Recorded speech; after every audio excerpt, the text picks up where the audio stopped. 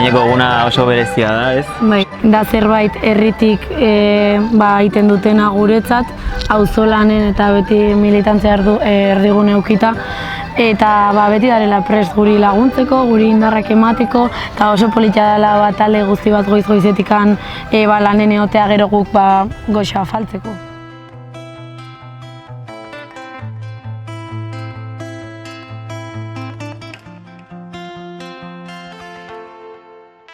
Egunak uzten ez didanetan, lotuta banengo bezkarrago, aldatzen dira auzoak, gorputza, ohitu baino lehenago gehienetan.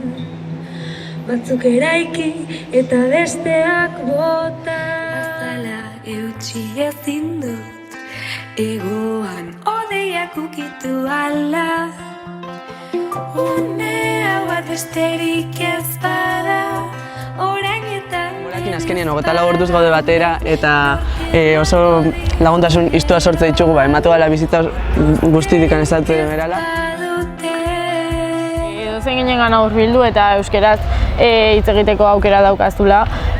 Berdin du euskalkia badaukazu edo ez, edo gaizki hitz egiten badezu edo ez, denekin hitz egin dezakezula euskeraz lasai eta euskaldun sare bat sortu.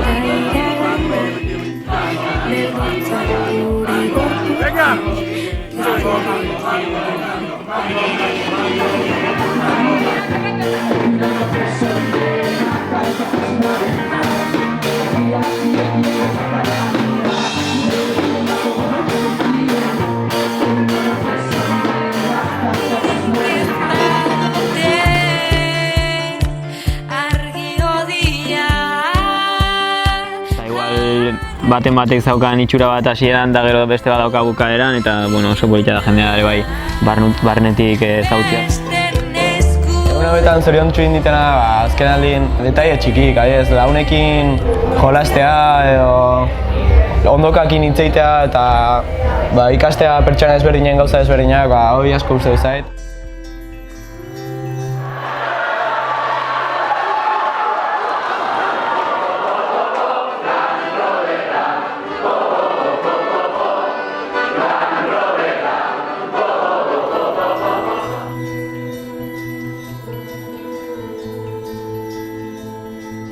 Espero dute bai, 31an dana ez bukatzea eta 31tik aurrera bai gure arteko harremanak jarraitzea. Hori da, hemen sortu duguna kanpora ere eramatea.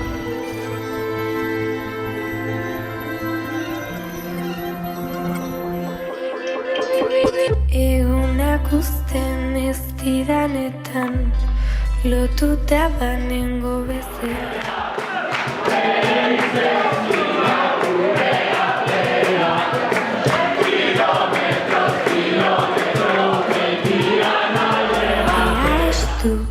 Eutsi eta galderen bila eman nazala. Nola definituko zenuke Euskara Abentura? Kolektibismoa, laguntasuna da. Euskera. esperientzia Arnazgunea da dela baita. Ahaztezina eta bakarra munduan.